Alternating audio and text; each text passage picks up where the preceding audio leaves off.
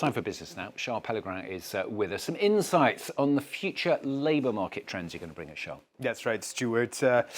We've all had these conversations about how artificial intelligence is already changing the way we work or might change it moving forward. Conversations that elicit feelings ranging anywhere from excitement to dread. And well, social media platform LinkedIn, with its over 1.1 billion profiles and resumes, has a lot of data to draw from for its annual labor market report, which can give us a clearer picture of what to expect. Here are some of the key highlights from the 2026 edition. Overall hiring still sluggish, especially in advanced economies where it's 20 to 35% down compared to pre-pandemic levels. But employers are increasingly looking to hire people with AI literacy skills. Those jobs increased 70% year on year in the US, and 1.3 million new AI-related jobs have emerged globally over the past 2 years. So for more on this and more on what's happening in Davos in particular as well,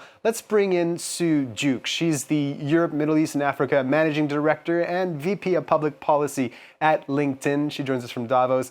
Thank you so much for being with us, Sue Duke. Your report says the job market is rotating, not retreating. The question many have is, will these new AI-related jobs make up for slower hiring elsewhere?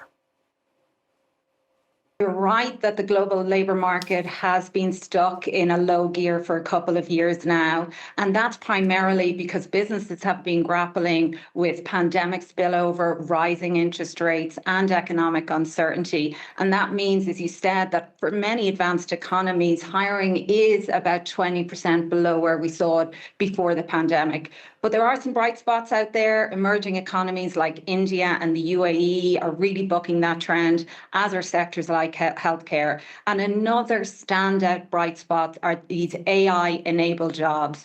1.3 million of these new collar jobs, these AI-enabled jobs like AI engineer, forward deployed engineer, data annotator, have been created on our platform in the past 2 years alone.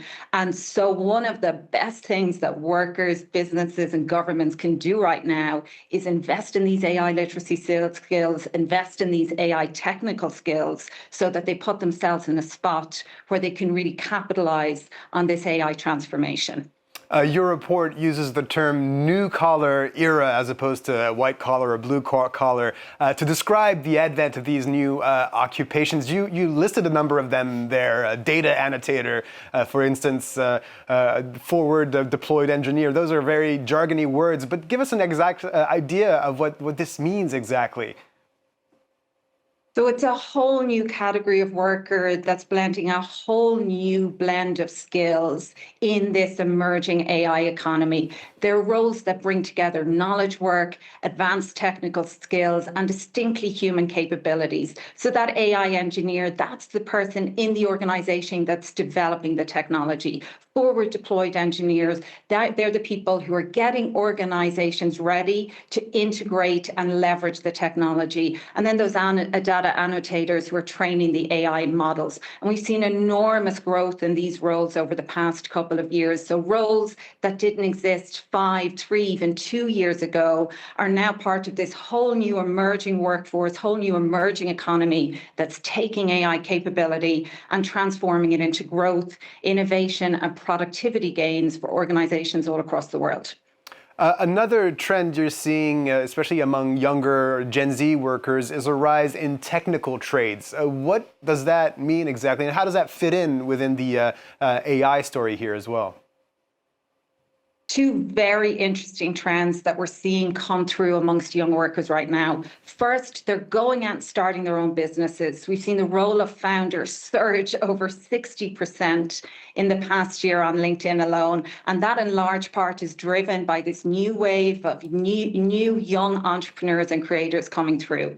Second, more and more of them are choosing a career in the trades rather than in the office. So fully 6 in 10 Gen Z professionals professionals are telling us they want to pursue trade jobs in construction, in energy installation, in physical therapy. And that tells you that while hiring is sluggish out there, young people are not sitting around and waiting for things to pick up. They're going out there and they're figuring out what are the jobs where they have control, where they can bring meaning to their professional lives, and jobs that they know are going to be future-proofed.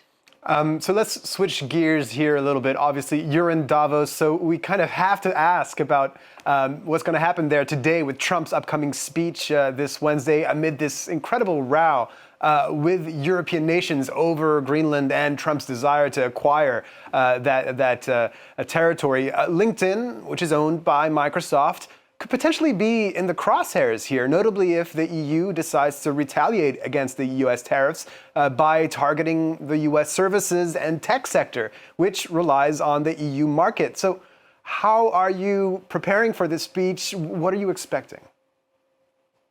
Of course, that broader geopolitical and geoeconomic backdrop is a big part of the Davos conversation here. But what we see is that businesses are continuing to grapple with this economic uncertainty. And what we're hearing from businesses on the ground here is how, in this moment of uncertainty, do we get ready for what we know is going to be this transition to an AI-driven economy. And what's really coming through in those conversations is that while AI might be the engine, skills will be the fuel. And right now, we're not in a spot where we have sufficient skills to power that next generation of growth. And so what we're focused on here on the ground is how do we work with the private sector and the public sector to get ready for that transition and ensure economies, workers, and companies all around the world have the skills they need to power that transition. Sue Duke, you're the you're the Europe, Middle East, and Africa Managing Director and the VP for Public Policy at LinkedIn. Thank you for sharing your insights on France 24.